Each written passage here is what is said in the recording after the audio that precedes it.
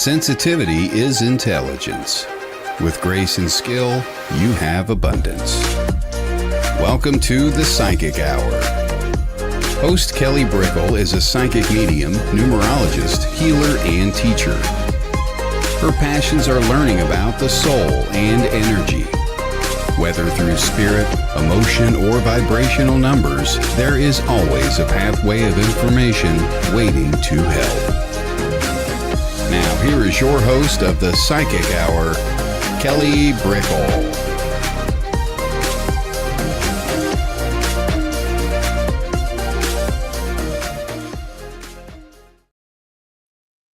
Hello, everybody, and welcome to the Psychic Hour. We have guest medium and author Colin Walker, and we're going to be going into an interview show in just a little bit. So please, everybody say hi. If you could please join us and pop down your questions about spirituality, life, consciousness, your personal experience within the world, and how you're feeling. We're all here to discuss it. Let's dive in, and let me say hello to everybody coming on in. Hello. Hello, Wheezy. Hello. Hello, Lois. Ascending Universal Butterfly. Bernadette. Hello. Dominate. Hello, hello. Let me scroll down. Evelyn. Oh, hey, Evelyn. It's great to see you. Hello, beautiful Evelyn. Hello, Jennifer. Hello, Mel from Australia, and Evelyn from California. Yeah, pop down where you're from. I always love to see it. Evelyn says, welcome, Colin. And yes, Wheezy, you were the first. You were the first. We acknowledge. Hello, Jennifer Rose. Hello. I love different names. I think that's right. Cryanery. Hello, welcome. Hello, Ava. Hello, Jennifer McCormick. Hello, Cheryl Myers. Hello, Emma Jane. Jennifer's from Las Vegas. Awesome. Veronica Jenkins. Hello, Veronica. Charlene. Hello, Charlene. Suki. Hello, from Australia too as well. Wonderful. And Lois, you're from the UK. Beautiful. Hello. We're chatting tonight, but we're also taking spiritual questions, everybody. So you can be very much in the mix. And if you have a question directly related to your life, we won't be going into necessarily a full-blown reading, but we'll talk about the energy of it and maybe the consciousness that comes forth. So it's kind of like diving in. It's not your typical reading, absolutely not, but we read the energy still. So I encourage people to really share whatever comes up. Lindsay, hello. Sue, hello. Christine from Scotland, everybody, hello. Oh my gosh, thank you for your hellos. Kim and June, Cher from Pennsylvania, Woodland, Limerick, Diane, hello from Scotland, hello. It's wonderful to see everybody. Helen from Wiltshire, England. Charlene from England, hello. Canada, Pay. I don't know what the pay part is, but thank you for your hellos from Canada. Hello. Evelyn is saying, do we get spirit points to read them first? Actually, sometimes yes. Life. Maybe sometimes we talk a little bit topic of the day, but life does reward where energy is ready. And for whatever reason, Wheezy, K-Weezy, he likes to be called Wheezy. Wheezy was like, there's a show coming. I'm ready. I know I want to be a part of it, which thank you very much. But yeah, where attention goes, energy flows. So if you're the first, you are lined up with that energy. It's not about comparisons. It's just someone's really lined up with that energy. They're grounded. They're locked up within the energy. They're going to get there. They are aligned to that situation. So it's very fascinating. Sometimes, yes, we acknowledge the early risers, the ready ones. Jennifer always seems to be Yes, there's a lot of Jennifers always on the live. Jennifer Andrews, Jennifer Rose, Jennifer McCormick, other Jennifers. Hello. Natalie, hello from Wales. Hello. I'm from California, everybody, the Orange County area. So I'm saying hello back to you from my area. Jennifer's giving a lot of love. Jennifer Rose. Hey, Stacia. Hey. Hello. Are we there yet? I don't know, Jennifer. I don't know. Hello, Jess. It's great to see you. Hello, Jill. Hello. Okay, everybody. Patrick. Hello, Patrick. Brolick. I'm doing great. Thank you for asking. Michelle Oliver. So many actually wonderful, familiar faces and names. Thank you. Ronnie. Ronnie's in the house. Hello, Ronnie.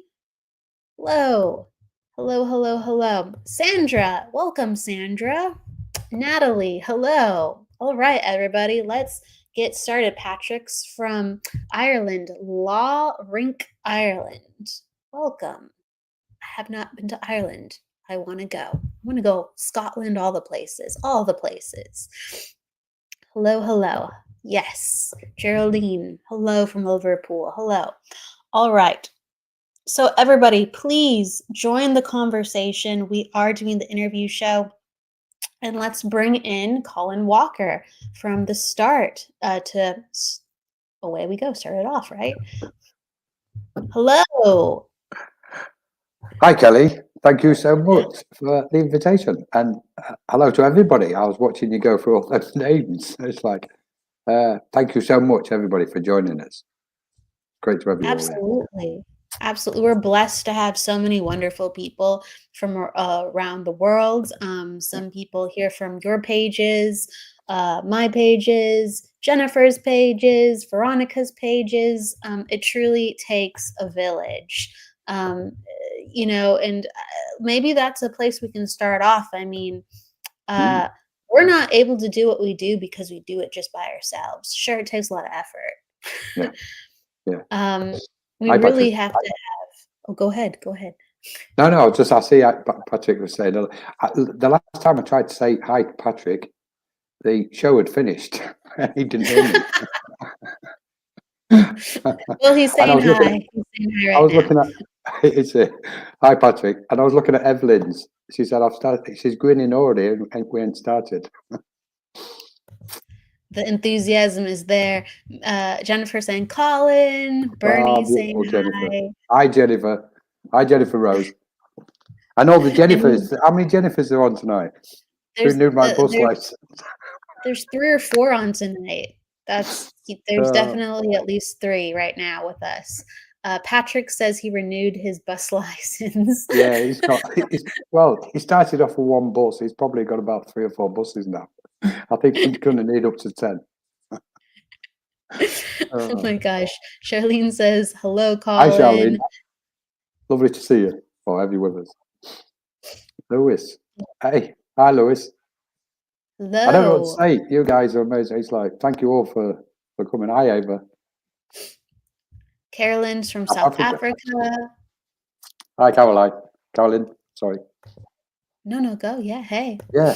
And we're just feeling the love. So Rose says hi, and yes, everybody, thank you. Okay, so what I was saying was that we really can't do this alone. It really is collective energy that moves so many things. Yeah.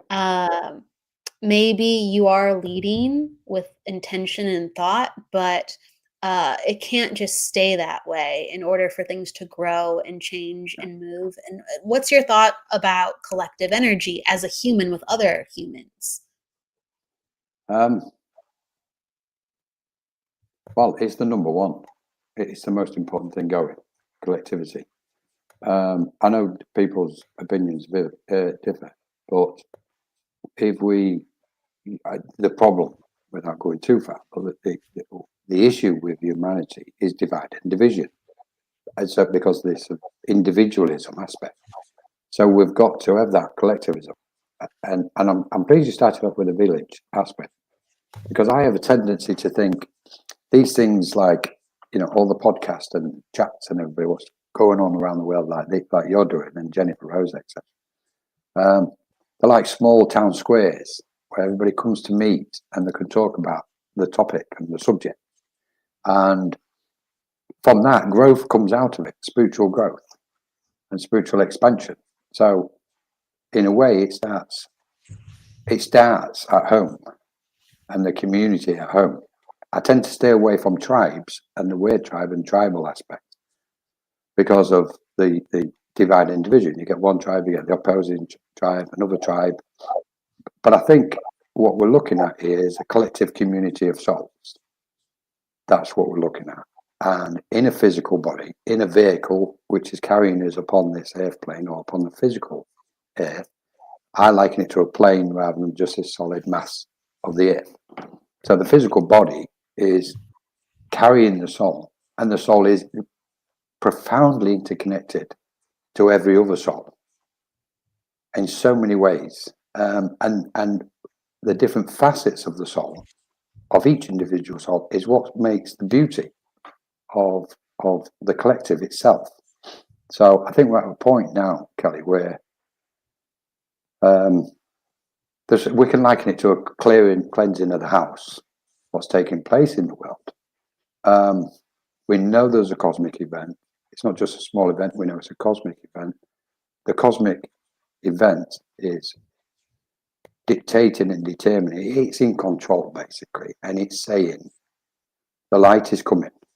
And humanity's got to be ready for it. And that's why we've got all these awakenings taking place, etc. And I think hope is needed at the moment. I think hope and support and inspiration and community is needed so badly at the moment for everybody, without any taking sides. I don't take sides. I believe in the Buddhist tradition where you walk, the middle way is the true way. And I think if we just go into that stillness and that peace, or that silence, if you like, within us, and just pull back a little bit, then we expand and we go, okay, I am part of the collective. In a multidimensional fashion, not just as a human being on the earth. Yes. So, I mean, we can open this up as far as it's just going to expand, isn't it? Yes, I do think that people are becoming enlightened. A lot more people are interested in spirituality, thus acknowledging that they are a soul and looking into the soul's knowing and not just what the world has taught us or even how we've been raised. It's getting shattered into something more connected with the truth. I thought it was really interesting what you said at the beginning too. You said that like groups or tribes, even if we're working together, as soon as like a gathering of people comes together, it's energetically then there is an opposing group that forms. That's right. Yeah. And so even when there's the formation of so much good happening within the world, we have to deal with these other themes. Yes. Yeah. I think collectively, I mean, we've got to be realistic of what's going on, who we are, our stage in evolution, and our level of understanding is determined by the expanse of our consciousness. This is one of the beautiful things what's happening now. People's minds are opening up. There's an expanse of consciousness. And in that, the mind begins, or the psyche, whichever way we look at it, the mind begins to perceive and see and understand that there's a purer vibration of truth, which tells us there's more vibrations of truth as well, yet to be seen. So what we're trying to do is cope with the individual aspect of existing on the planet. And we're trying to cope with the collective energy and this multitude of wavelengths, frequencies, and vibrations, what are affecting everybody at the moment. So if we take the recent frequencies, what's in and they're just slightly passing for most people now. But the last fortnight has been an incredible dense wave of energy, which everybody's had to cope with. Now, we could say that may have been, we could connect that to collective karma, that we're purifying that, we're clearing that energy, we're cleansing it in order to evolve to that next stage. Because I believe everything is a step in evolution, whether we deem it negative or positive. When we come into the center point, and again, I'll refer to the stillness, that in stillness there's clarity. It's natural that there's an empty space within us and we can see clearer. And then we go, okay, this polarity is causing a lot of difficulties for a lot of people and a lot of suffering for a lot of people. So where's the true answer? Well, it's got to be in the light of the soul. It's got to, that's where it abides, because we all believe that the light of the soul is pure. And if we step into the light of our soul, there's clarity there. In effect, that's what light is. Light is clarity itself. Like if we walk in a room and it's dark and we put the light on, everything becomes clear. So it's interesting times where we're at the minute. And I know Spirit, we've just come out of we've just literally, before we came on here, we've come out of we've got a chance course on Minorca Consciousness Group, and we've just done one of the sessions. And it was different this evening, without revealing too much about, because obviously it's private. It's not private, but respecting everybody's privacy. But the conversation at the end was about the variations of energies, what was taking place within the circle, and how different it was, and relating them to these energies, what's happening in the world now, and then putting that to where is Spirit and those celestial beings in all of this, and what they're trying to tell us. And it's that there's a constant with Spirit, or they're always saying, just stick to the path, keep aligned, prepare yourself for this event as much as you possibly can, and keep moving forward. Because that's where we're here. We're here with you all. That's their words. It's like we're here constantly. Sometimes you might not be able to reach us. Sometimes it might feel that we're distant from you. But in effect, they're not distant from us. We pull away from them. Yes. So there's so many facets going on, because we get distracted and we get engrossed by what's going on the planet. And yeah, sorry, go on. I was going to say, no, there's a lot of distractions that go on the planet. Like, we're doing our work. We have our values, we have our beliefs, we have our passions, and then we get, sidetracked, and plans derail, emotions, moods, conflict. Yeah. It's all really, really interesting, and we're all figuring it out. Speaking of, it's very funny, and I'm gonna give you the stage in just a second. I just realized that I did not bring my power cord in here, which is very, very, again, today is very, very interesting. So my computer is about to shut down, and I should fix that really quick. So I'm right here, but I'm gonna go grab that. And I'm going to hand the stage to you, and I'll be right back. You're going to leave me on my own, aren't you? Okay, let's see where we go. You're amongst friends. Right, I'm just going to go off on one then. I'll just go off on one. There's a lot of comments in here, and there's a lot of questions. Jennifer saved the day. Colin, can you share ways to expand consciousness with us? Jennifer, thank you so much. Oh, rather, excuse me for the coughing. Stillness, Jennifer.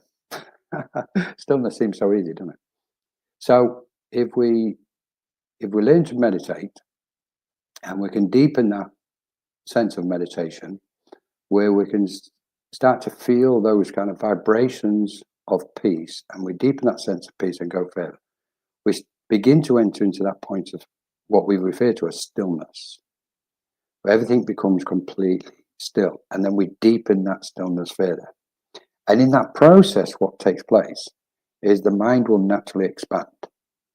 That's through meditation. It will naturally begin to open up, expand. We become more sensitive, like a tuning fork. We begin to sense spiritual energies and other energies, dimensions and realms and planes, etc. And we view that as an expansion. We can add to this and say, well, the expansion, which direction do we expand in? Well, in all directions. Because I believe, and I've always thought this, that when we ask the question why I'm here in this world, I believe we've come to put light into this plane or wave of existence. All of us. And we've come to transform energies. So we're using the body as a vehicle. The light is in. We expand the light. Spirit guide, then come and guide us. All those light beings, star beings, etc. They come to guide us within these dimensions, what we're existing in. And we're transforming the densities of this plane or these planes. So we've got this constant expansion, if that makes sense, with all the time with the guidance of those beautiful beings in the world of spirit. So that's one way of expanding our consciousness. We can make reference to expanding the consciousness as in opening up when we refer to opening up to spirit. So we can just imagine our mind just literally expanding outwards in this very moment. And as we feel and sense that opening up, we're refining the sensitivity of our awareness. And that's when we start feeling, becoming aware and sensing those subtle, what's called subtle vibrations of reality.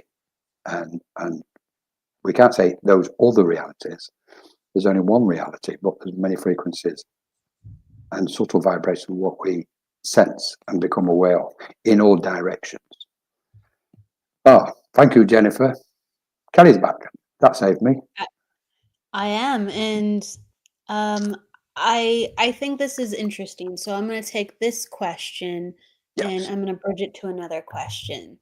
And so Jennifer asks, why does silence make me very uncomfortable? And really, I thought it was interesting because within what you were answering with consciousness, you highlighted the need for stillness. And the need for stillness goes with the need for silence sometimes. And it takes me back in my own consciousness to this understanding of like the space of pre-creation, like the void. Okay. And so it's like we need these very quiet, these very still type of energies in order then thus to produce, to create, to generate. And so there is a place for that almost that emptiness, that nothingness, and really it feels like, whoa, like I have so much of this other energy. This doesn't feel very good. And really, it's the complementary nature. As soon as you get comfortable with it, you're able to do much more, be much more conscious, and you're connected. How do you feel about that? Yeah, I totally agree with what you're saying, Kelly. I can't see the question for some reason. The bottom of my screen is, maybe it'll go on me. Is it, why do I feel uncomfortable? Yes, it's why does silence make me feel very uncomfortable? It's Right. it's up higher in the comments, and then it's Okay. Hi, Jennifer. Jennifer Andrews. Okay, brilliant question. And I think it's very common what you're asking as well. So I think it's a very pertinent question. So I'm going to try and simplify this. It's to do with attachments and attachment itself. Because when we land on the planet, silence is scary.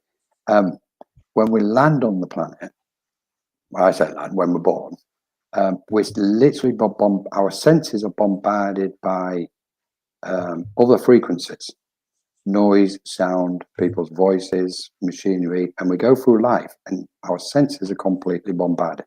And in order to cope with that, what happens is we adjust our frequency to that frequency. So we then become more accepting of all the noise around us, okay?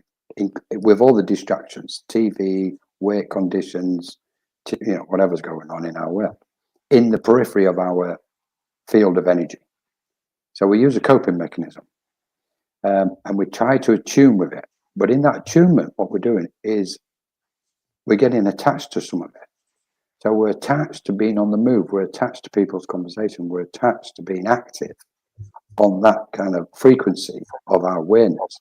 So when somebody goes, okay, if it just becomes still, the first thing what comes at us is all the noise again. And we're attached to it. And therefore we go, well, I don't want to let go of all this noise now because I'm used to it. I'm familiar with it. It's a part of me. And the stillness of the soul is going, no, I'm here. It's okay. Just keep coming this way. keep coming this way, because I'm going to give you the peace, and I'm going to give you that love and security, all the rest of it. But most importantly, it gives us that smooth, almost like a flat pond, still pond, a velvet still pond of complete stillness. And in there is the truth of what we're all searching for. That's the short version. I think so. I think it's scary because we don't know the extent of our soul. Yeah. And it's a very different experience, and we have to meet it. Yeah. And at first, to have the experience of being wise, you have to fully experience not knowing and being Ignorance. lost and confused and scared, right? Yeah. So you journey past that, and you start getting answers, and you start maybe not, we don't know everything, but you start being more comfortable traversing, and that's where the wisdom comes from. And again, in order to have power, you have to feel powerless at times. Yeah. And when we're in these spaces, we feel very, very uncomfortable. Yeah. And that's okay. Definitely. The next part is even better if we keep going, and maybe that next part is 3 months or a year of this. Maybe it's a day of it. I don't know, but we have to get to the next part. There's better parts after this if you feel really, really scared with silence. Yeah, I totally agree. It's funny you mentioned something there as well, Kelly, which is in that process is where we, by communicating with each other in places of a spiritual, like in the spiritual space, when I always refer to this, what's happening and what's taking place at the moment, it has created a spiritual space globally. So we're all kind of inside this spiritual space, talking, communicating, sharing, etc., healing, everything. It's beautiful. And by being in the space, it leads us, it's gradually doing its own thing. It's leading us towards the stillness within. Because all the talks, all the conversation, all the books, all the knowledge of spiritual teachings are constantly leading us to the light of our soul, which is the stillness within, that inner light of awareness, where we can abide in that still pond. So interesting that it's come up. I do think it's helpful to talk about. I think this actually kind of goes together with one another.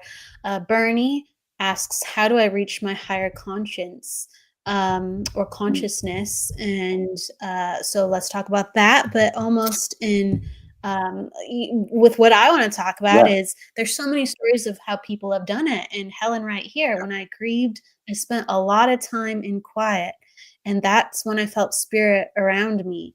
It makes sense to me, so interesting. When you quiet your mind, you open up. Yeah. Spot People on. are already experiencing it. Yes. Yeah. Right. I mean, Spot it's like on. I think Helen answered the question. Yeah.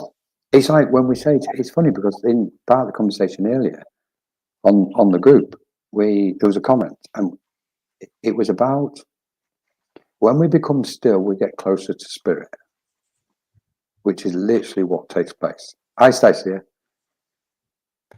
And the issue in mediumship is if we still the mind, then spirit there's less distractions in the way of spirit. It makes it more smoother for spirit to come closer to us. Because if our mind is active and we're fittering and jittering around all the time, then spirit's constantly trying to get through them. And it's difficult for them to do that. Whereas we still the mind and just allow them, it kind of opens, when we say open the door, the stillness then creates this fluid, flat space or route for them where they go, oh, we can come in this way.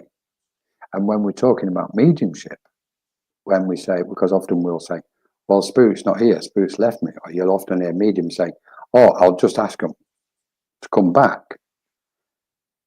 They've never left.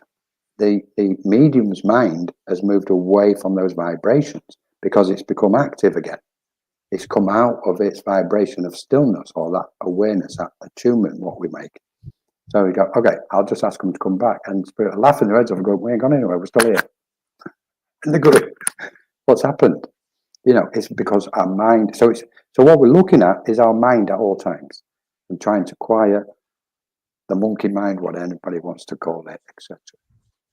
For sure. I So do much. think, energy, let's say we can only, handle so much. Like we Yeah. can only handle so much food. We can only handle so much staying awake. We can only handle so much, talking to the spirit world. So there's a natural lull Yeah. of, I move away, or now I'm doing this. And, but we are all connected, and it can get very taxing to be so stimulated by everything, and it is very important to silence and silence the mind, and go within and recalibrate. I feel like we're taking on so much that it's just like more information, more feelings, more memories. Every day we're adding to like our software, we're adding to our soul knowledge, you could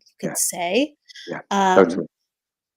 that we need to kind of organize for a second, recalibrate, and just go, okay, let's just get a hold on this.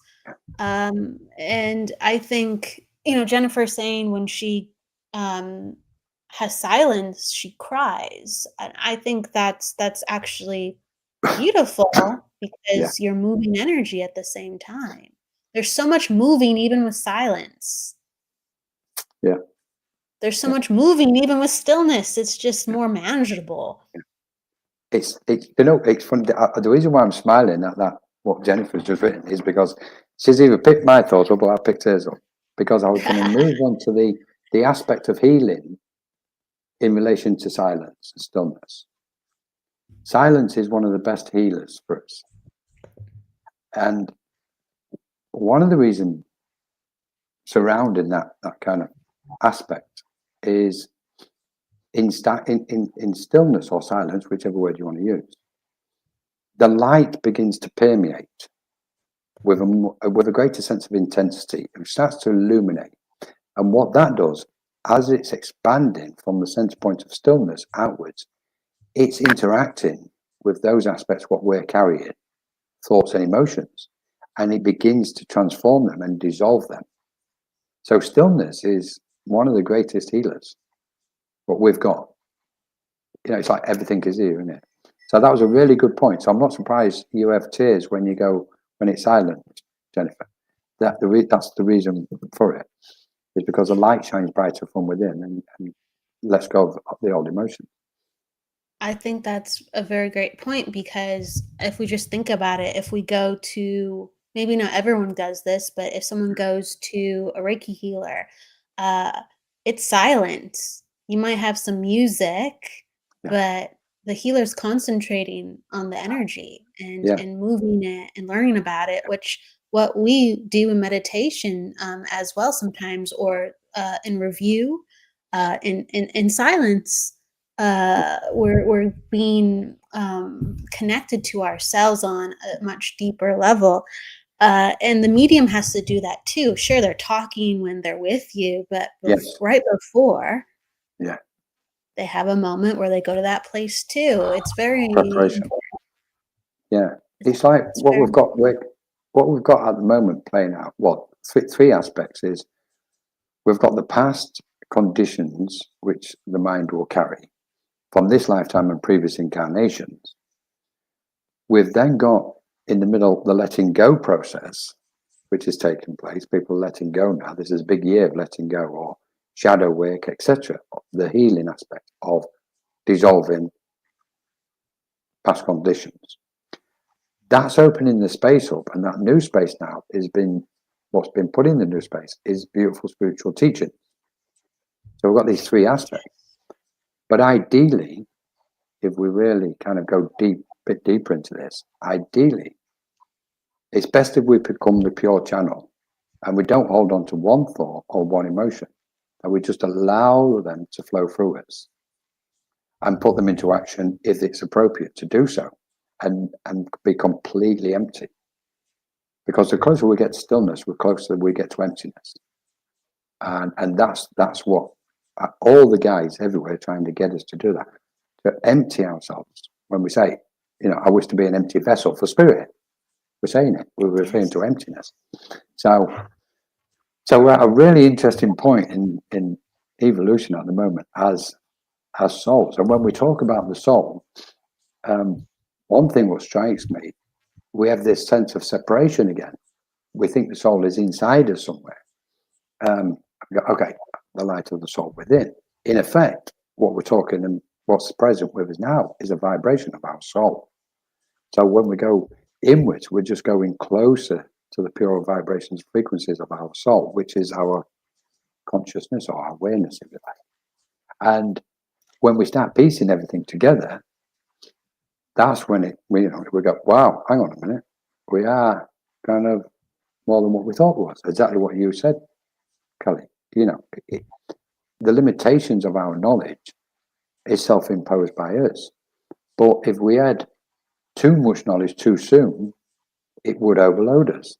We've got to deal and sort and transform and bring the light from what we've gathered from all the experiences we have, and continuously clear and clear and clear as we go forward. The gifts of healing and mediumship and psychic aspects, etc., these are natural aspects which just ripen as we clear. There's so much more still we've got to open up to, which is waiting for the human mind. And I say the human mind because when we're in the body, as in when we're in the body, once we open up to further things, we're just going to see phenomenal revelations and great beauty of the cosmos. So, and we can do that in the body, but it's got to be done when the time's correct and when the karma's correct, and in conjunction or in relation to cosmic order. So it's not as if somebody's saying, no, you can't see this at the minute. It's whether we're ready to take that extra piece of information in. And that's our choice. So the more we clear, the more we can receive, as in knowledge and understanding and expansion. Yeah, I think it's a cycle of receiving and then letting go, a taking in and clearing. We need both to move energy. We can't just, I have this experience and I have, these resources and I have this house and I have this partner and I have this job and I have this and I have this and I have this. No, you have to, as you're having, you let things go and you move and you realize, and the energy has to be in certain conditions. And maybe that sounds a little esoteric, but it kind of goes back to what you were saying, at least my thoughts, where you said, no, the soul isn't in the body. And I believe that too. I believe that the body is in the soul. And that sounds so, like, to conceptualize that is weird, because it's like, wouldn't we have autonomy if this like really small thing was just, connected to this greatness? Like, wouldn't we have all these options? Wouldn't we have all this knowing? Wouldn't we have all this mastery? And then we're just like piloting this little vehicle. No, for whatever reason, we're focusing on the human experience, and we have to remember that we have all these buttons, bells, and whistles that are disposable to us. Correct. Yes. We have no idea, though. Yes. Yeah. Very interesting, because it's perception in it. When we look at perception and trying to understand what perception is, where it comes from, and because then that gives a greater understanding of spirit and the spirit world. So then when we're looking at the physical body, and again, our relationship to the physical body is determined by the thought itself. So, hi, Alison. So most people, because of the conditioning, associate with the physical body to be this dense, solid mass. But clearly we're not. So the actual body, we know it's just made up of particles, atoms. But when we view the body in a specific way or a certain way, we see that it's empty. It's kind of just light is permeating all the way through it and vibrating off it. So the body is not what people actually believe it is, or what's been taught that it is. It really isn't. It's this absolutely beautiful form of light, which when you break it down, the space between every particle and every atom, and if you brought all the particles and atoms together, they would be so minuscule from the whole body. It's our perception what goes, okay, this is solid matter. Well, that's just because we're perceiving it as solid matter rather than seeing it as particles of light and energy. And once we start seeing it that, then we start moving towards the ethereal, and seeing everything as an ethereal wave of energy, formless, if that makes sense, without stretching it too far. And I don't believe we actually know what we are at the moment completely. We're a physical body. It's funny, it's always interesting with outside of damage to the soul in 3D terms. It's true, yeah. It's funny because I was just going to mention the point what Veronica referred to earlier about we're spiritual, having a human experience. That's up to present knowledge and present understanding. I think we're at the point, and I think Sue Townsend mentioned something earlier, but we're at the point now where we're going to run out of language because we're trying to describe things which are now indescribable according to human language. We're going to run out of words. We're expanding beyond language and words. We're on the threshold of that. Words and language have been helpful to us to get us to this point to understand different things, because we only use language and words in order to define something, so it makes sense to us. It's like time. We use time because everything's slowed down, so we can make sense of it. We can measure, etc. Now we're at that point on the threshold where we're really opening up to the spiritual dimensions, as we refer to as a spiritual dimension. And it's like, are we spiritual beings? Are we ethereal beings? Are we cosmic beings? And you just go, in the end, you just go, none of them. They're just human concepts and human labels. But they've helped to get us this far. But they are so limited. And even now, language is now becoming imposing upon us as a collective group of souls, so to speak. And when we move towards talking about energies and wavelength frequency, vibrations and dimensions and all the different various dimensions, we've got to move beyond language, because it can only come by our senses on an inner level, on a very subtle level, and go, okay, we've defined things up to now. Where we're going next? It's like, can't define stuff. How do you define the soul? How do you define the light of the soul? How do you define spirit? How do you define star beams? We can have almost like glimpse within our mind, or a visual sense of what they may or may not be. We may sense them come around us in a certain form, but that's merely a reflection, similar to an hologram, or they project in order for it to make sense of them. They're diluting and turning their light down as they come towards us. Otherwise, it would just, frazzle our eyes, so to speak. It'd be too intense for us. So it's like everything's contained for a reason until the time comes where we can expand and open up further, which is now the time. I do think it goes back to if you walk the way it appears, if there's a will, there's a way. So if there's something within you, your consciousness will lead you to where that exists, or even your consciousness co-creates that to exist. So I really encourage people, to dream and to act and to do and to make the steps within the world, because you don't have to wait. You don't have to just be frustrated. You don't have to go, well, when's the time?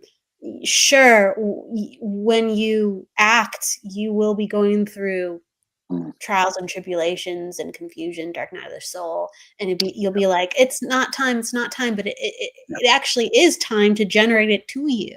It is. You get to start that clock faster. Yeah.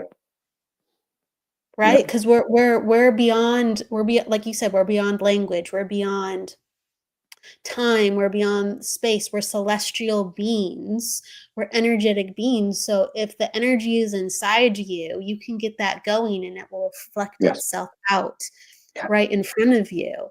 Even if you can't see it yet, it's making its way towards you. Yes. Yeah. It's beautiful. It's absolutely beautiful stuff.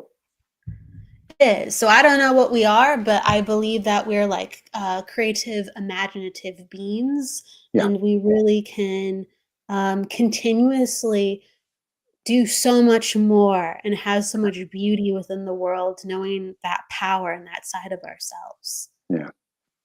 Yeah. Kelly. I think to add to that, I'll go along with that because I mean, if we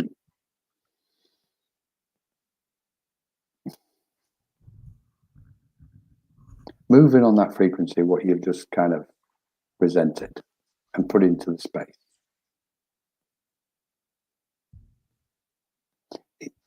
in the stillness, we recognize pure light in its, I can't say greatest form, but to a degree in its purest form. And in its purest form is where everything and nothing exists. And all the worries, all the fears, all the human conditions dissolve. And they hold no gravity at a certain point. The only reason why worries and fears hold gravity is because we give them that gravity. Hi, Michael. We give them that sense of, and that's in accordance to our attachment to them and our grasping of the condition. But in the light of the soul, earthly matters hold no strength over us, none whatsoever. And the recognition that we are beings of light, I was going to say enlightened beings, but there's enlightened beings, and then there's the path of enlightenment and the many frequencies of what we meet along the way. But the beauty of that light, that inner light, elevates us and ascends their consciousness to such a degree that all earthly conditions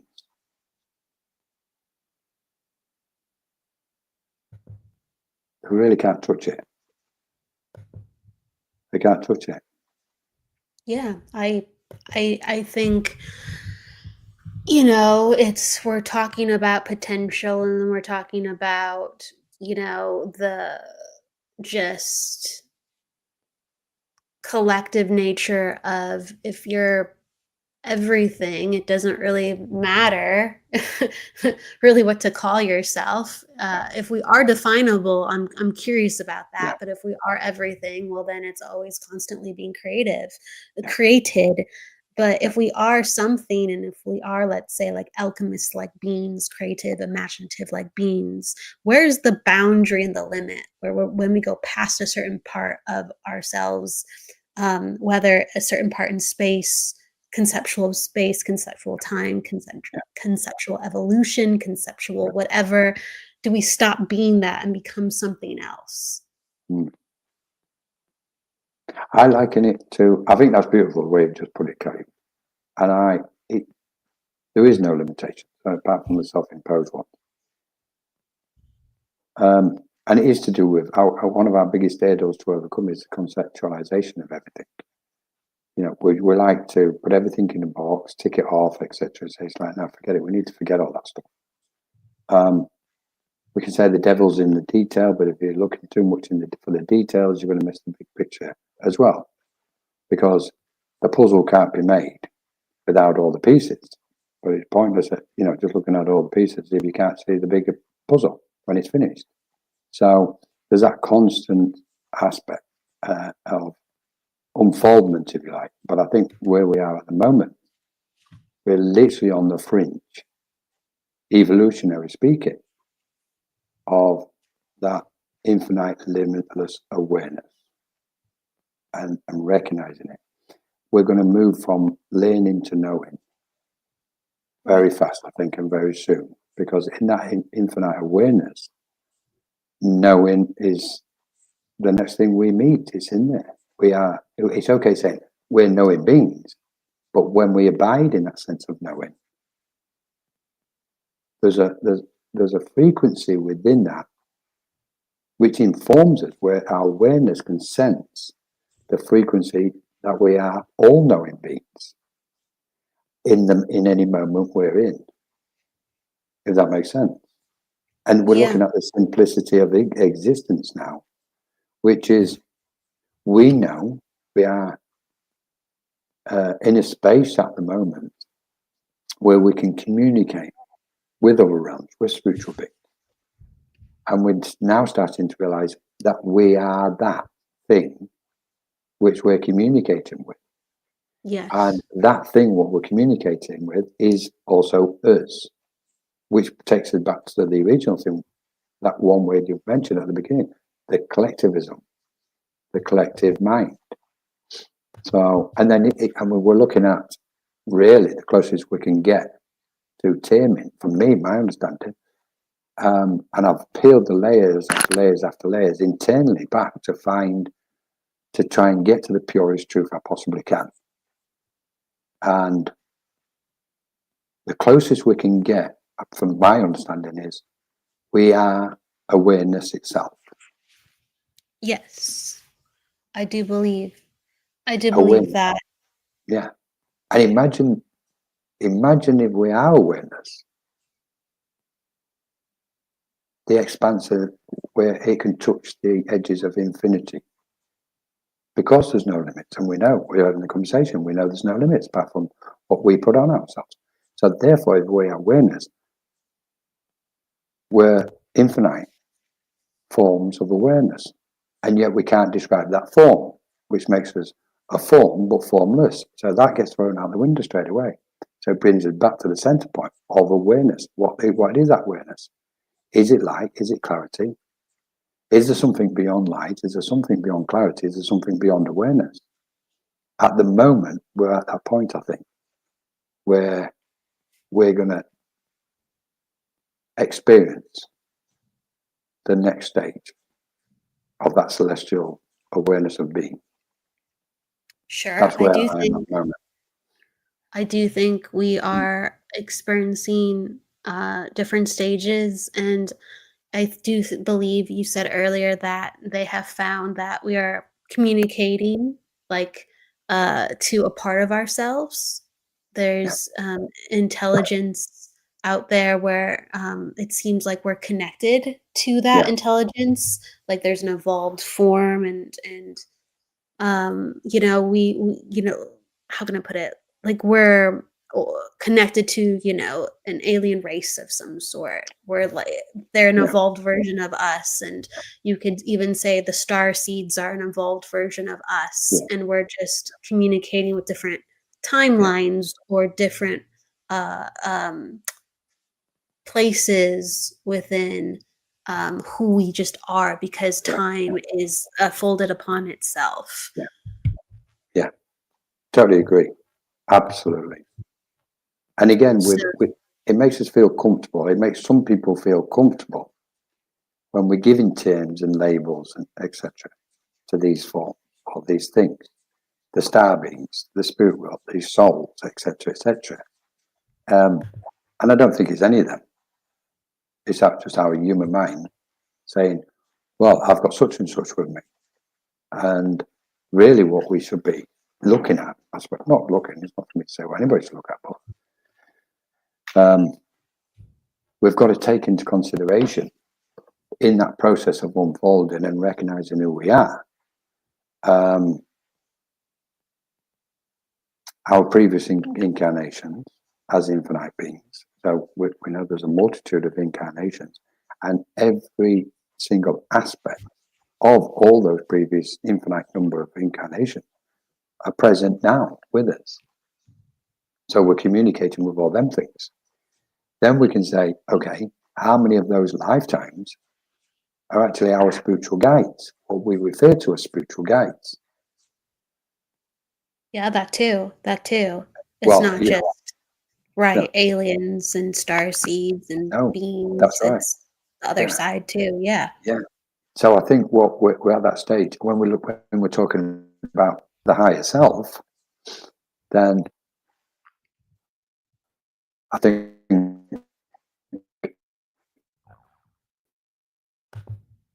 Colin, you frozen. we've Colin. got Let's see if it's coming back. to really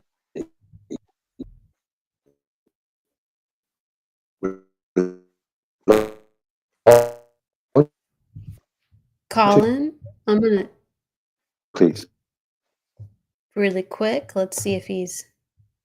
I'm just taking Colin off the screen for a second because he is going very distorted and it's creating some noise. I think he's back though. Let's see. Let's see. You back? Yes, I'm back. Yeah, Okay. I don't know what happened there. You were in slow Oh, motion and it was creating a bunch of different sounds. oh, but anyway, yeah. So Hello, here we are. Courtney and Michael and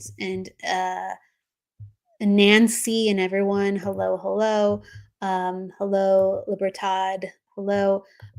Yeah, I agree with you. I think there's so many different parts of ourselves playing out. We're all connected.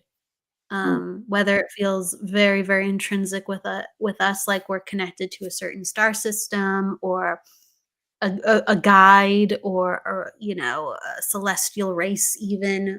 I don't know. We're all connected to something mm, that we've seen that spiritually invigorates us and makes us explore more of who we are.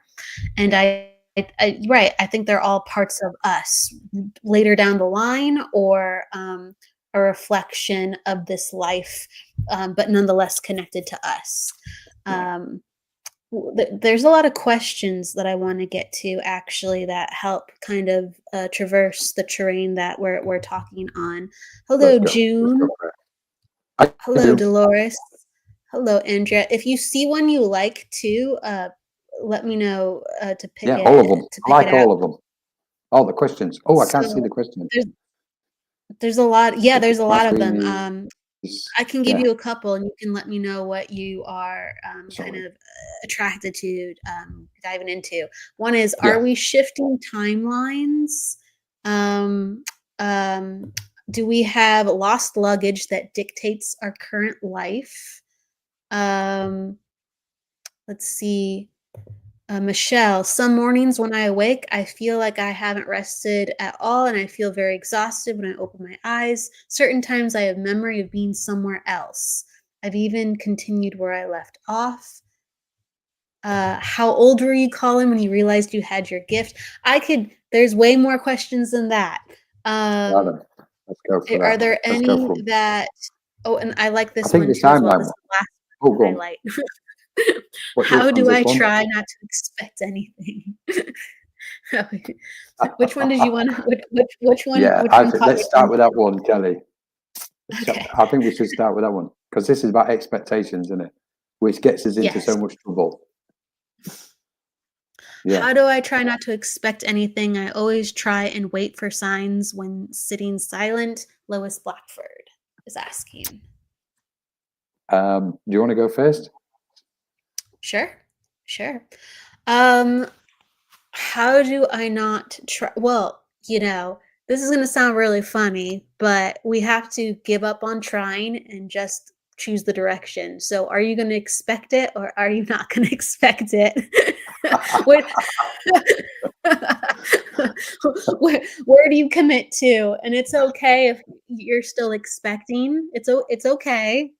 It's really hard not to expect. I expect a lot of things still within my life. I expect, if I'm going to continue, this moment with you, that my lungs will still be breathing and Colin will still be here listening to the words that I'm saying. I have minimal expectations, but I'll be surprised if all of a sudden that goes different. But to what level, Lois, are you willing to accept things beyond your control, beyond your comprehension, beyond your comfortability, beyond your wants, your needs, your desires? I would start there. How much are you okay with things going completely different than what you'd expect or even want? And to start to surrender into some of that, and that will be a journey within itself.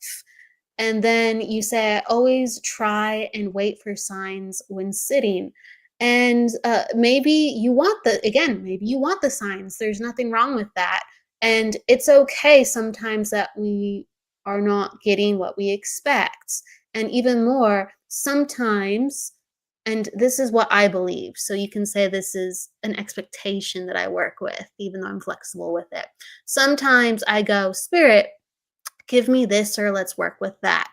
And I receive what I perceive as nothing. And I just go, wait a second. I know I didn't just get nothing. I just got things a different way.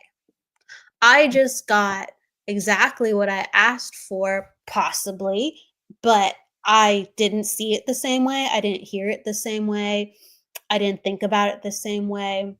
My sensation did not process that, where my conscious could really dive into that experience. But if I all of a sudden sit back and go, wait, what was that? And I start to get curious, all of a sudden a door is unlocked. And surprise, even though I didn't have expectations, I still walked the journey that I was curious in and wanted. So it's almost like my expectations were given to me because I surrendered mine. Again, it sounds like a riddle, but you're probably being given a lot of what you want, but your expectations have to change on how you're getting it. So a lot of things to think of. Not saying we always get what we want, we always get what we expect. Not saying that at all, but it's funny how often it happens. That's all I'm saying. I'm gonna give it over to you, Colin. I don't. I've got to be very careful now with expectations. Oh, please. Okay. No, that's true. Uh-oh.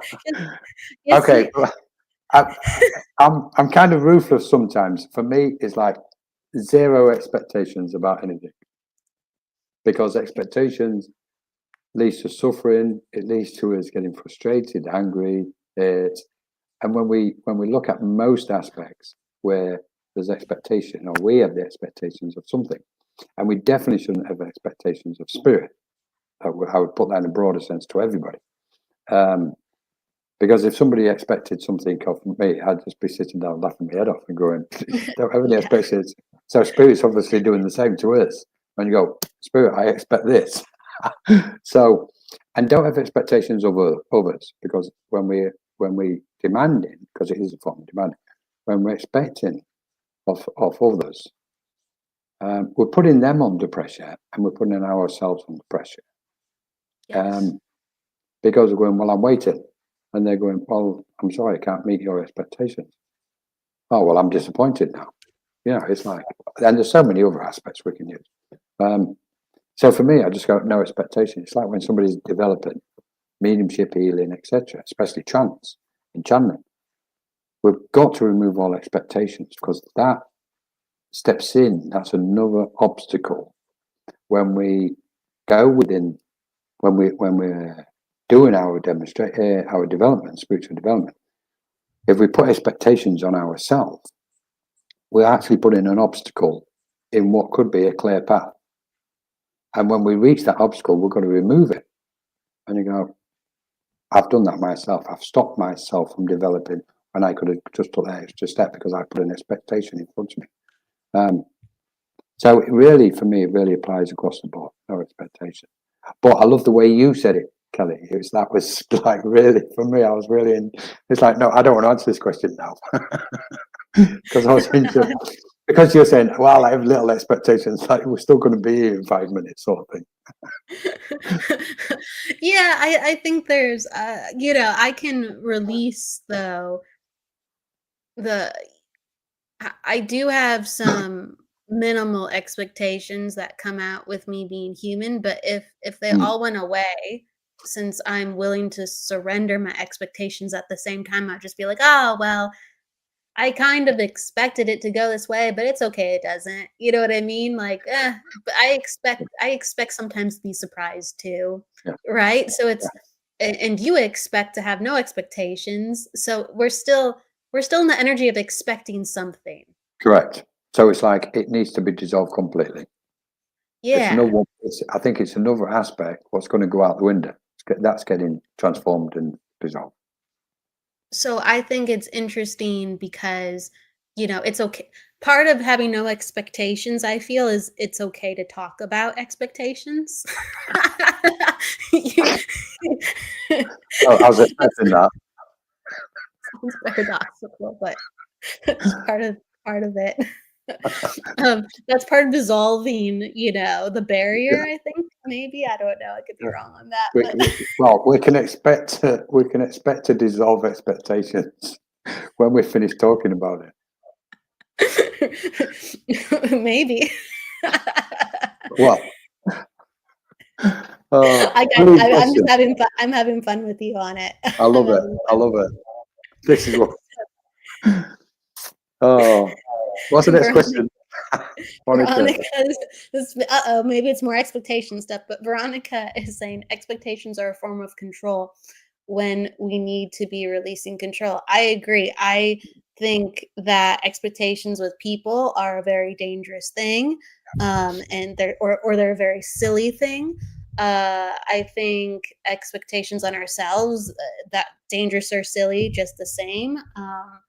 But sometimes we can review that with the self and go, I get to learn about myself through the expectations. Yeah. Is there anything you'd like to add, and then we'll go to the next question? No, he's right. I agree with Monica on this because I mean, the control is as a direct result of the ego. The frequencies are connected. So in effect, the expectation comes from when we trace it back. Ultimately, it goes back to the ego again. It's like I want to control, and therefore, in that controlling mode, then I have expectations. So it's all interlinked. Good stuff. It is good stuff. I'll keep that one short. But there was another timelines. There was a timelines one. Might be an interesting. Maybe tackle. Oh, the timeline one. No. Yeah. Take it. I was I think shifting timelines. the lost no, there's no luggage such. can go with the Okay. shifting timelines, even, right? You could even, that they Yeah. even can go Yeah. hand in hand a little bit. Yeah, let's do Are We Shifting Timelines? I think this is a great one. Would you like to start, or shall I? Yeah, go for it. No, I'll go first because then you can contract me. Because I don't like Okay. contracting you. I don't want to say anything. What might. Okay. I'm okay So, with you going counter. I'm okay with that. I'm going to throw this in. Let's throw this one. What was it? Are we shifting timelines? Yes. No, there is no such thing as timelines. It's an invention from the human mind. And off. Over to you, Colin. Did you say it? Oh, I love it. I love it. I think we can't be. So I might be countering you. So just bear with me. I'm not saying I know. I think Come from on, my say you point of know. view. Well, you said it's an invention of the human mind. I don't know. So I'm gonna say from my interpretation, I don't know. And it could be an invention of the human mind. It could be we're psychologically deep diving. And because we talked about earlier, is time even real? And well, how can I put this, Colin? Let me ask you, in your mind, are timelines the same as alternate dimensions conceptually, or are they different things to you? They're different things to me. Okay. Sometimes I look at them as the same, even though they're very different. I can understand that. So, Are we Sorry, shifting see the association. Sorry, Kelly. I can see the association what people make or a right? mind can make to them. Yes. So right. Got you. Okay. So are we shifting timelines? I'm going to say I'm going to agree with Colin because I understand kind of the different viewpoints. I'm going to agree with Colin. No, we're here. You know, we're evolving as we need to evolve. Are there other dimensions and are there other things going on? I would say Most probably. definitely. Most definitely. Most definitely. Um, We can expand and on this. please go. I'm going to hand it back to you then. Brilliant. Okay then. Let's. So guys, this is for everybody watching. This is for entertainment purposes only, but it's still true. I'm starting to get full. Right. But it's only mine, not your guys, not yours. So, time. Let's go to time then. For me, time is a frequency, and it's a specific frequency. I believe it's a slow-moving frequency. Okay. And the reason why I say that is because it's a frequency which is it's got to be slow in order for us to make sense of the world we live in. So time is, I don't want to say time has been invented, but a frequency is present upon this world, what we refer to as time. Okay, when we're thinking in a big scheme about energies. So then we go, okay, time is a frequency which has been created in order for us to make sense of reality, or this reality. And this is where it gets really interesting. Because we know we can measure distance, time and distance, okay?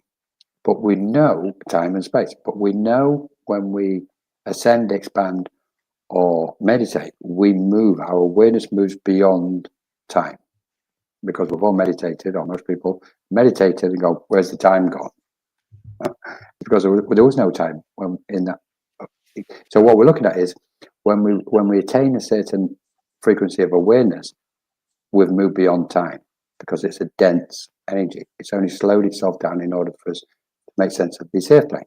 Now then, when we're talking about shifting timelines, we're trying to present ourselves as knowing that there's many timelines in other dimensions and realms because we associate it. Now, the closest we can say is in other realms and dimensions, is the time in them dimensions the same as what the one we associate to? Because if that's the case, then those dimensions are dense because we know there's dense energy here because it slowed itself down for us to make sense of it. So now some people I know I respect, might be a little bit of a shift to get your head around. So what we're actually saying when we're talking about timelines, and I'm not talking directly to Ascending Universe, but I'm talking generally. When we're talking about shifting timelines and timelines associated with other dimensions, our only knowledge of time is in this plane, is on this planet. So we're then saying, oh, there's other dimensions then. What are dense, working off a dense frequency, the same as this plane? What about faster frequencies? Well, as soon as we look at faster frequencies, we go, well, yeah, there's got to be faster timelines. There can't be faster timelines. They can't exist as such. And the reason being is because it would stretch energy further. And we know infinite, and we know energy is infinite and beyond the concept of what we think is time. So then we're going beyond time and space into the emptiness, if you like, of infinity. So analyzing all this, we can say time is only connected to this Earth plane or to the Earth or another planet. What's at this stage of its evolution? We can't say about other timelines in other places because we know as soon as we go to a nice pure frequency or faster frequency in our awareness, we tap into and communicate with dimensions what are moving very fast as we understand it, which we refer to as beyond time. So we've got to be very cautious. So in effect, we're we wipe the whole aspect of timelines out. So all this talk about timelines everywhere is another concoction what the human mind's made. And I know the guys who love timelines are going to love me for saying this. Let's have a debate.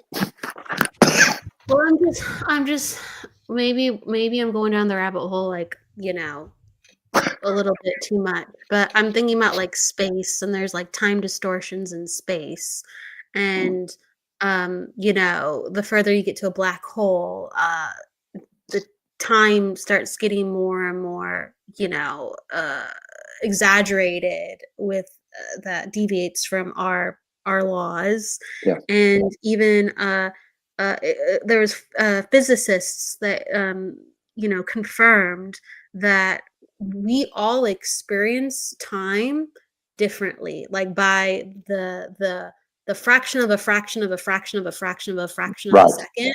Right. It's like if you happen to be standing to the side of somebody, the way that light hits you, which is Yes. basically a record of time, is different. And so everything is relative. Everything is Yes. literally relative.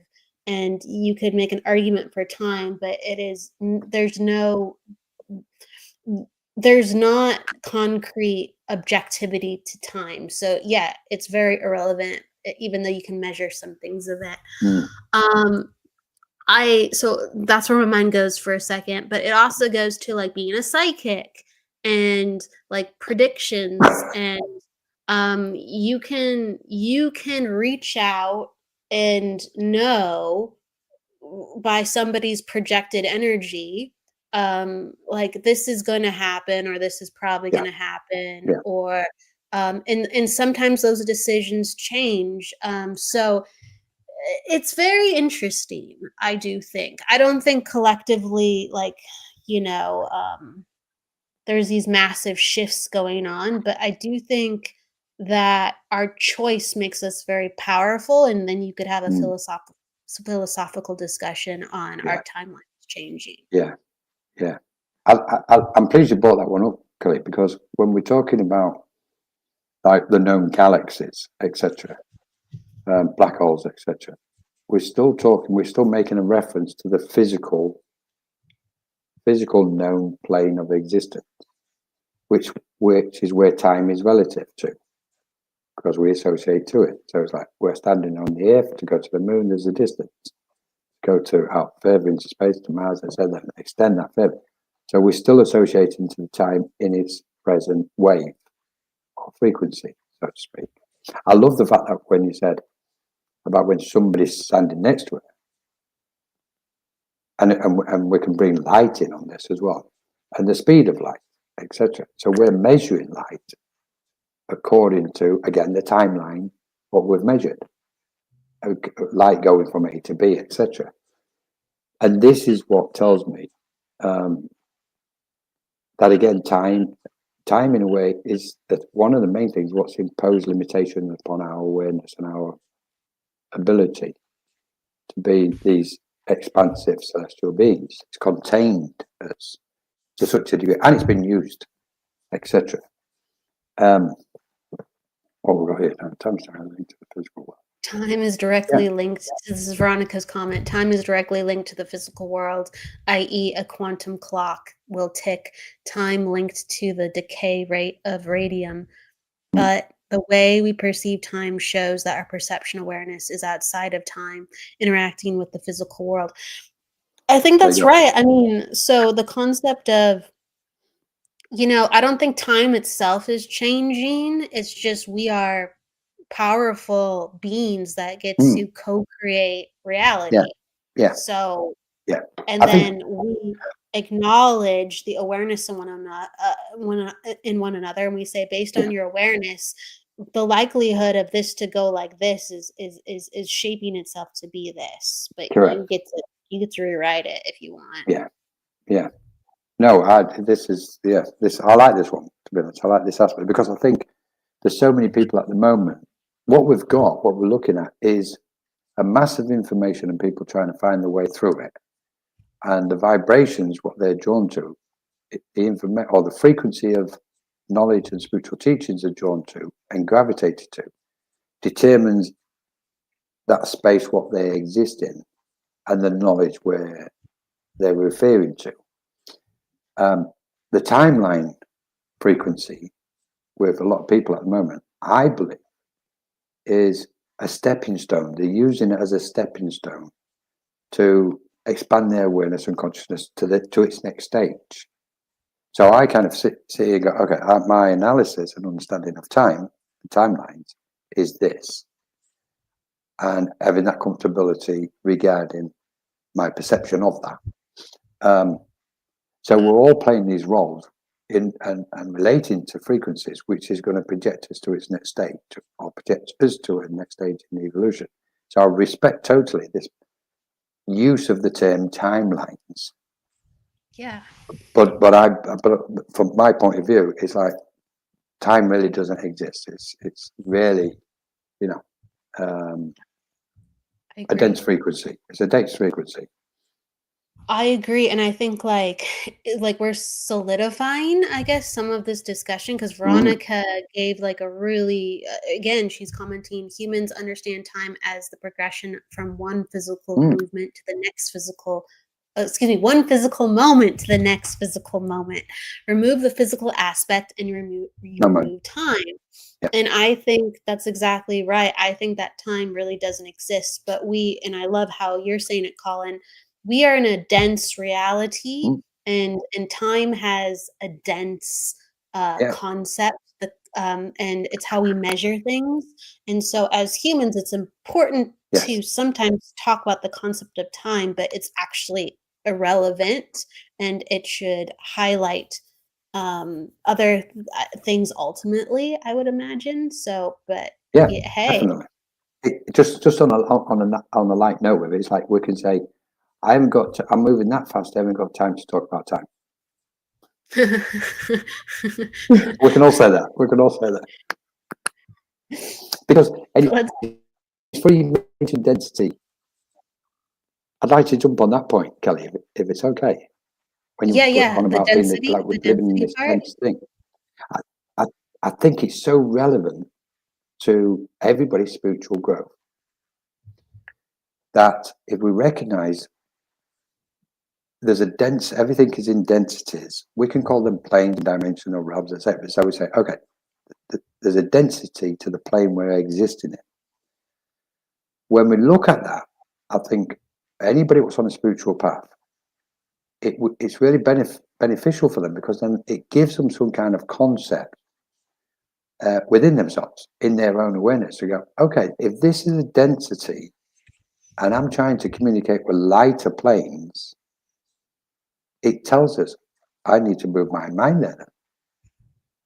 I think it's really helpful, and I think it's helpful for anybody who's developing mediumistically, because okay, rather than me sitting here waiting for spirit to come to me, what am I doing? I'm in this dense state of matter. What we think, I need to move myself, because if we bring the separation in, which we know there isn't anymore, but in this certain frequency, if we bring the separation aspect in, it's like, right, spirit's over there and I'm here. They're willing to meet me halfway. Okay, I'm in this density. I'm going to lighten up. I'm going to open up, expand, and I'm going to send and shine my light in order to make that attunement with them. And I think so. Referring to density was kind of triggered that one in me, which I think is relevant for people. Maybe it's not. I think like the universe is made up of different frequencies, and we are more than just one frequency, and right now we are dense. A part of us is dense because we need to play out on this plane, on this I've been dimension. dense all my life. You've been dense all my life. Well, isn't that funny? Well, as humans, we're pretty dense to spirit, like no pun intended. Yeah. So it goes with everything. This is so true. I don't know if this will help anybody actually, because saying that, it's like when we're communicating with spirit and when spirit's coming through, it might be, I don't know, some people might want to know this information when they're developing their psychic and mediumistic abilities. these planes, what we make reference to, if we view them as densities, spirit's got to come through them densities to get to us. And we've got to go through them to get to them. Yeah. That takes a lot of energy for spirit to do. People can go, I spirit's just wonder, a thought. does it though? I kind of Pardon? wonder, does it though? I wonder, does it though? I wonder. What? Is it It what? takes energy for us. I kind of wonder. I wonder. Oh. That is or is that I hear that a lot where they're like it. I think it takes a lot of energy, but I don't think that's necessarily that difficult for spirit. But it does take a lot of energy. Right. This is a good point. This we're just opening this up a little bit. Because you've made a good point, Kelly. Right. So on one level, it's not, because they can easily top up their tanks from the energy field of energy around them, which is the light. Okay.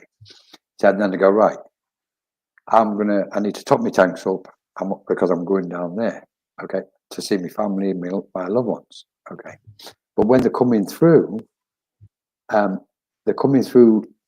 specific frequencies, like like spectrums of frequencies. And as they're coming through, then they've got to stand in and withstand this field of energy of the airplane to get close to us. And that takes energy to hold that link from their side to us. So they go, right, time's up, I've got to go back. And I think that's all connected to energy.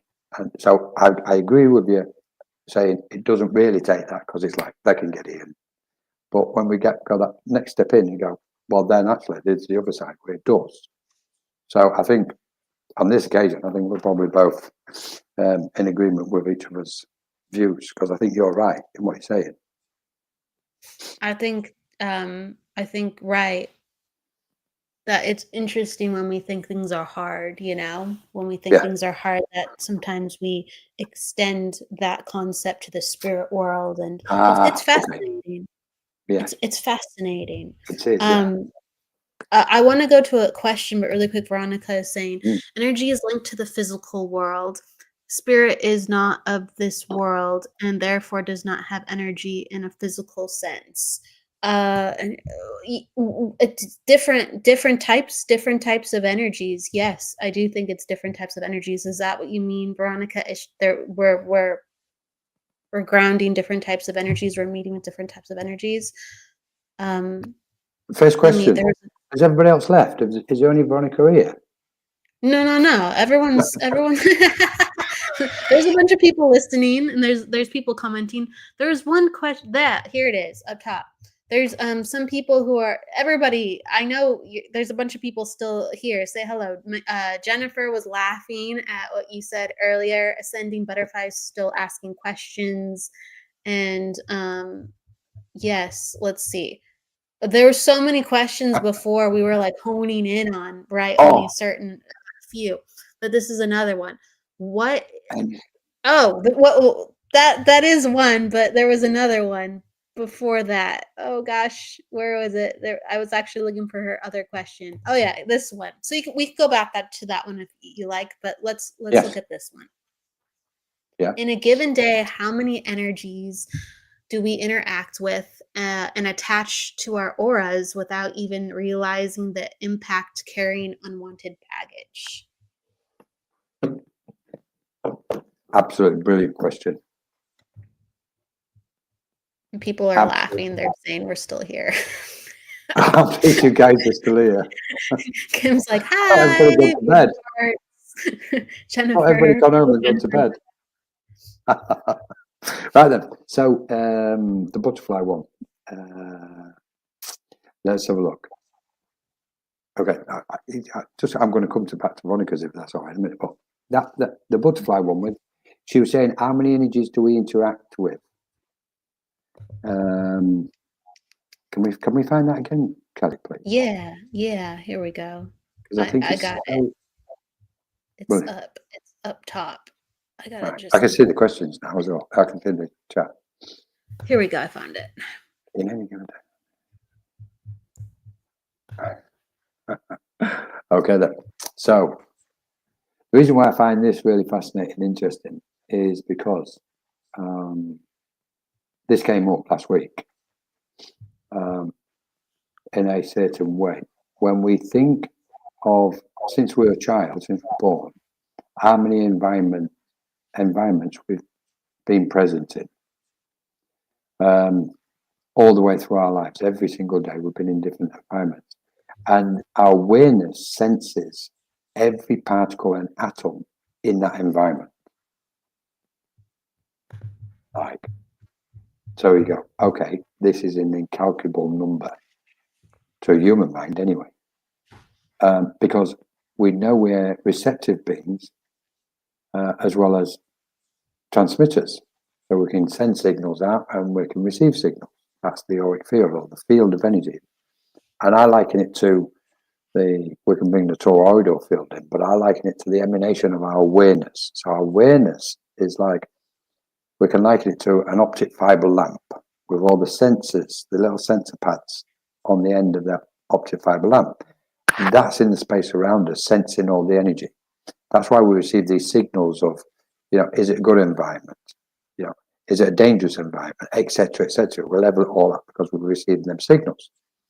So that's telling us that in every environment we go in, we're sensing everything what's in that environment. Everybody else's auric field, the energy, what's taking place in that environment, good, bad, or indifferent, whether it's a home, a shop, a bar, whatever it is. When we've traveled this journey, we've taken all that on board. And it's all stored in our memory field. Everything is. And then we've placed it by its degree of gravity and importance to us. So if we've had a close relationship to somebody for several years, we're sensing lots of different aspects of that person's emotions and thoughts, etc., etc., and we've recorded it all. And if we've got a bit of a distance to somebody, and we haven't sensed too much energy, but we've still sensed it, that's here as well. That's why we can remember every single thing about any environment we've been in and any person we've ever met at any point. So I kind of wanted to give that broad picture. So then we go, okay, I'm filled up with all this then, because we're carrying it on. So then and I'm just going to skip slightly. So when we look at the world at large and we see war and violence, etc., we're sensing that, because it's not just from the immediate area environment. We're talking the village, the city, the country, and then the world. We're sensing it all, and we're carrying it all within us, each one of us, according to its own gravity, or according to the weight we give gravity to it. So then we go, right then, if we are beings of light, if we are transformers and alchemists, we are constantly churning this energy around. So when we talk about healing for the world, this is the process what's taking place. We're taking on board some of the external negative aspects, transforming that energy and projecting it back out as light and healing rays. The key for me in understanding this, and I still absolutely love this question from this person, the key to really working with this and understanding it in its entirety, whatever that entirety might be, according to the limitations of this mind, is to be empty, to let go every single thing. And again, we're back to being that fluid space where it comes through us, it gets transformed, and it goes back out as light. But I think this is really important because it connects so much to shadow work and letting go. And that's why some people go, well, that energy didn't belong to me, but why was it why was it present with me when I was doing my letting go process or doing my shadow work? Or memory from when we was 3 or 5 or 7, which was just a one split second memory, go, where did that come from? That's because we was in that environment, we saw and experienced that energy, and we sensed it and took it on board. Brilliant question. Anyway, that's a short version. Yes, I mean, well, there's always a lot to say on it. I mean, it depends on what you look at it as. So some things do feel like baggage. Some things are baggage, and really, what we usually associate baggage with is unkept things, outdated things, um, you know, things that are not sparkly, shiny, not appealing, not pleasing, and so we want to be gone with it. And they're just sticking around, and we're like, I don't want this. Right? But right, we've experienced them. They are connected to us. And I do think it's reorganizing energy, part of it, but it's also acknowledging our consciousness. So, in order to get rid of baggage, you have to be conscious enough to go, I'm going to clean this. Yeah. You have to be conscious enough to go, I'm going to do something with this. I got this signal that I don't need this, or I have to do something with this, or what is this? And I do think that's the empowerment piece of it, because we just in one day pick up billions of information. I mean, there's stats with psychology of, like, I think in I forget if it's 1 second or 1 minute. I don't know, but it's Yeah. something like within a second or a minute, we pick up like 250,000 pieces of information on average, and like we're only able to filter that small piece. That's just in a moment. That's in a moment. And so, like, think about that compounding for your entire day. We're just riddled with information, and we go back to this concept of, we're all connected, so it's like, good luck, we're all connected to even the baggage. And but we can manage our energy. I do feel that. I Yes. do feel that. And we're returning back to these mentions of stillness and enlightenment and awareness. And I feel like if you're working with energy from stillness, enlightenment, and awareness, gosh, you can get a lot done. And you can either transform your baggage, because you're so aware, into this Yeah. beautiful handbag that's sparkly new, or reconstructed, or maybe you just put it in a different location, or you say goodbye to it. Whatever energetically you need to do, we have to be home somehow in order to clean the house. If we're always traveling and we're like, I don't like what's going on in the house, I'm gonna go run, I'm gonna go hang out with my friends, I'm gonna go to a concert. If we're never home, we can't clean the house. If it's really baggage. Love it. I love it, Kelly.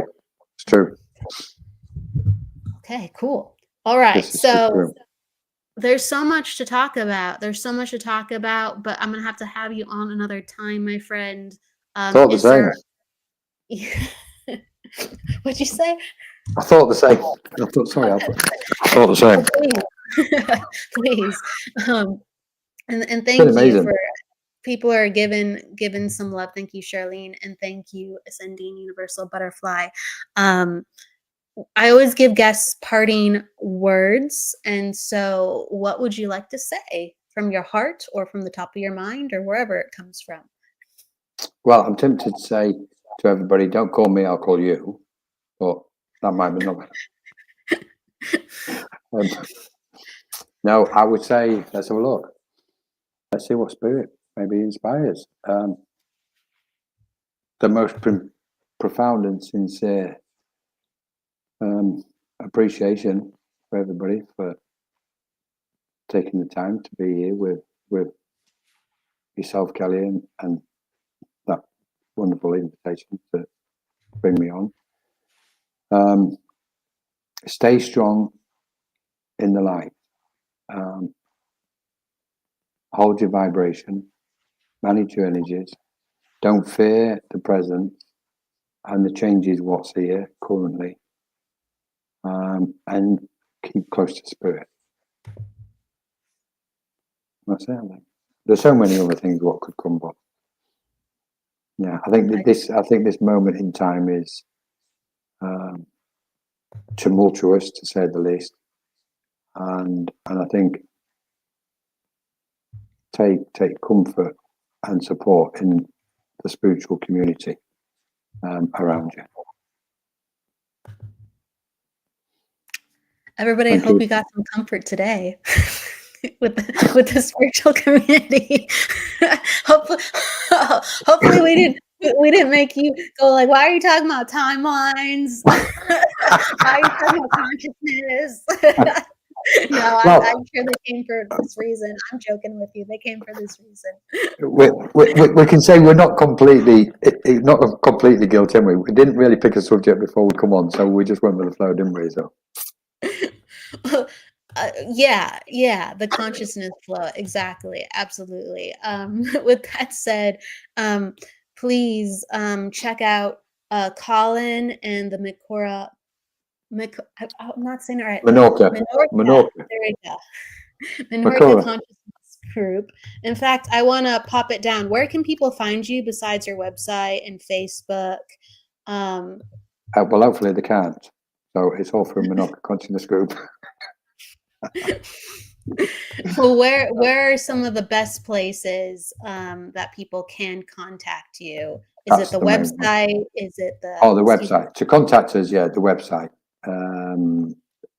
info@ethericweb.com.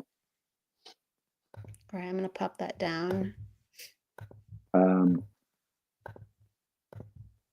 everything is connected to the show if you want to reach out with Colin's information. But yes, please, if you want to continue the consciousness development, he facilitates many classes and courses in trance mediumship as well. Yeah, trance, channeling, ascension. We've got a new mediumship course coming up starting next week. Places available. We've got the ascension the following weekend with American times as well and Canadian times.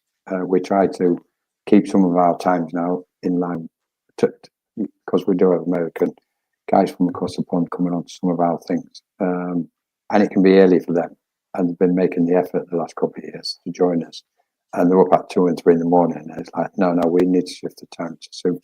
So some things will make it suitable for both sides of the pond.